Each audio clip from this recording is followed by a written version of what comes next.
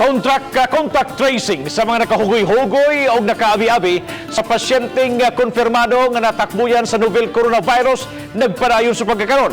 Mga giadto sa Cebu o Dumaguete, gisusi adunay live update si Nico Sirino. Nico?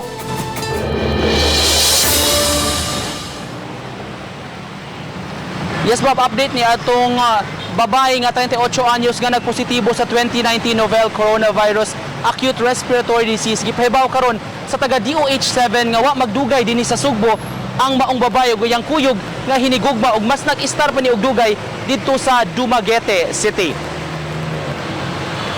Sa press conference, Bob, karong hapon ni Dr. Jaime Bernadas, ang Regional Director sa DOH7, gipahibaw ni ini nga base sa ilang nasuta, mga tulong nga to sa 4 ka oras lang nga mi-star sa Sugbo, partikular na gyud sa Mactan Airport ra kining duha ka mga tao katong usa niini katong babae nga nagpositibo sa nCoV. Naabot ni sila January 21 around lunchtime ni sila naabot, Bob, sa Mactan Airport gikan sa ilang flight sa Hong Kong.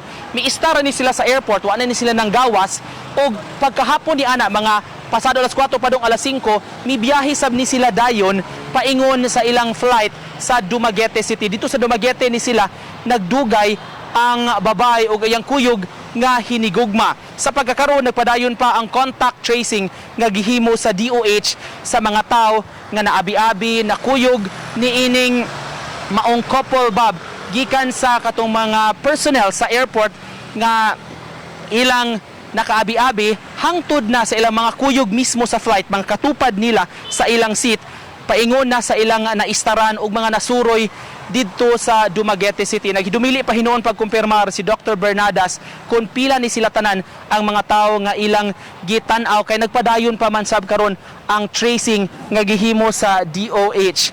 Awhag niya kung mahibaw-an nagli nila ma-trace na nila ng mga tawhana, doon na may lain-laing mga pamaagi sa quarantine nga pwedeng himo, Bob, pag self-quarantine sa balay o baka pag-monitor jud sa kahimtang sa panglawas ni ining maong mga tao. Gipahibaw sa ni Dr. Bermejo nga nagpadayon ang ilang hugot nga monitoring sa Mactan Airport o pagsusi sab sa ilang tanan nga mga personnel nga nakuyog ni ining Chinese couple. Samtang nahimutang ta karon, Bob, dinhi gihapon sa gawas sa usa ka medical supply shop dinhi sa Osmeña Boulevard kun din padayon ang taas nga pila sa mga nagtinguha nga mopalit og mga face mask. Wa hinoy pagsaka sa presyo ni mga orasa sa ilang baligya ug bukas ni sila hangtod pa karong alas 6:30 sa gabi. Mao kanang latest, Bob, gikan dinhi sa Osmeña Boulevard. Thank you so much, Nico Sirino, sa imong live report.